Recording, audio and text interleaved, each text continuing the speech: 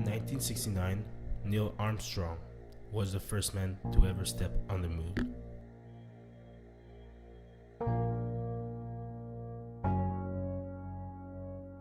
Boarding the Apollo 11 with his colleague Buzz Aldrin, Armstrong became the sparkle of an eternal and elusive dream. A dream that, one day, we will be able to live beyond the Earth. A dream that, one day, we will master the universe.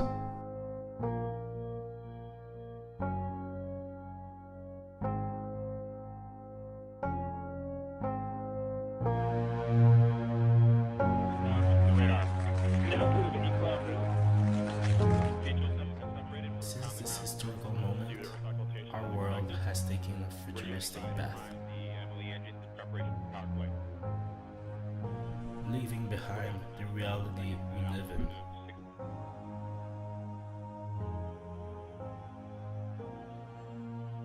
Leaving behind the hopeless and helpless populations in need for change.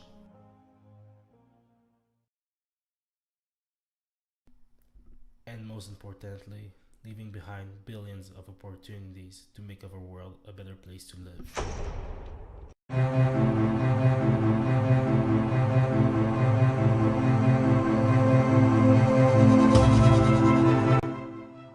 The National Aeronautics and Space Administration, also known as NASA, is placed 7th in the US government economic priorities. This means after the military, the health services, education, housing, energy, and agriculture, the NASA is the most funded organization of our nation, preceding justice and transportation. Often it is said that we have the resources to explore our universe. However, having the resources does not mean we are ready for this new era. The improving resources America develops over the years are hastily implanted into eminent costly projects. Due to our technological improvement, the United States government decided to support the NASA with an annual endowment of about $18 billion. $18 billion to fly in the nothingness, with the hope of discovering an Earth-like planet. I am Bas Lansdorp, and I am organizing a human mission to the planet Mars in the year 2023. Bas Lansdorp created the Mars One project. The Mars One project consists of making of Mars livable land for humans. Over his 20-year plan, the Dutch entrepreneur expects our society to have the ability and funds to make of the humans a multi-planetary species. They will fly to Mars in 7 months, and when they land, this will be, I believe, the most exciting event in the history of humankind. Humans will now be a multi-planetary species. The rovers will move all the equipment to the location of the settlement. They will extract the solar panels of the life support systems, and they will extract the inflatable sections of the living units. Gathering water from the Martian soil, and they will start producing a breathable atmosphere for inside the habitat. So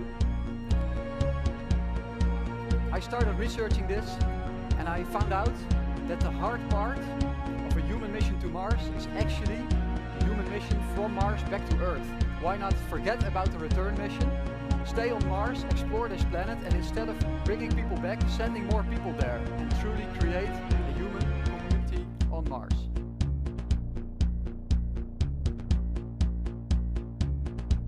Lansdorp mentions the lack of technology to bring humans back from Mars to the Earth after a mission. But is that really the solution? Should we base the purpose and outcome of a mission on our lack of technology? Or should we wait for the technology to be created before getting involved in this mission?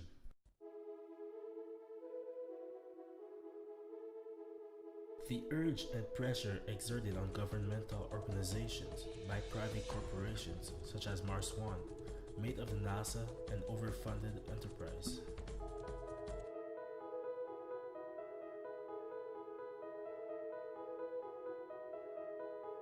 The Mars One project will cost $6 billion to send the first 4-people unit on Mars in 2030, and $4 billion for every additional group.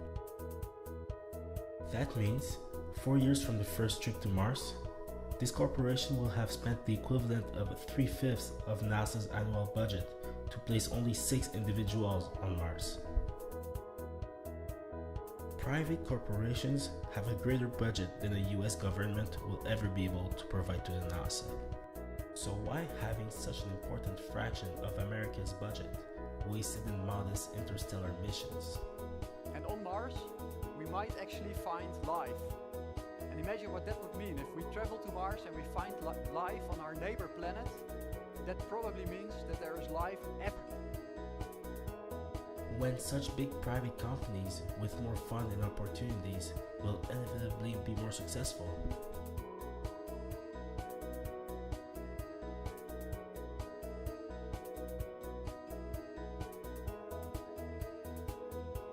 Why can't we simply focus on issues on our own land before getting involved in the depths of the universe? Projects like Mars One are going to satisfy human curiosity and also enrich our knowledge of our surrounding planets and galaxies.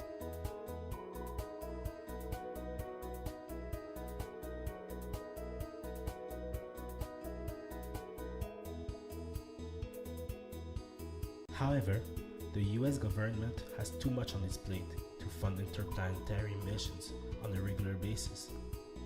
Its role is to first make sure we have the best healthcare possible, the most advantageous education system that will allow superior studies to be more accessible for everyone, and lastly, a developing renewable resource that will make our country a better place to live.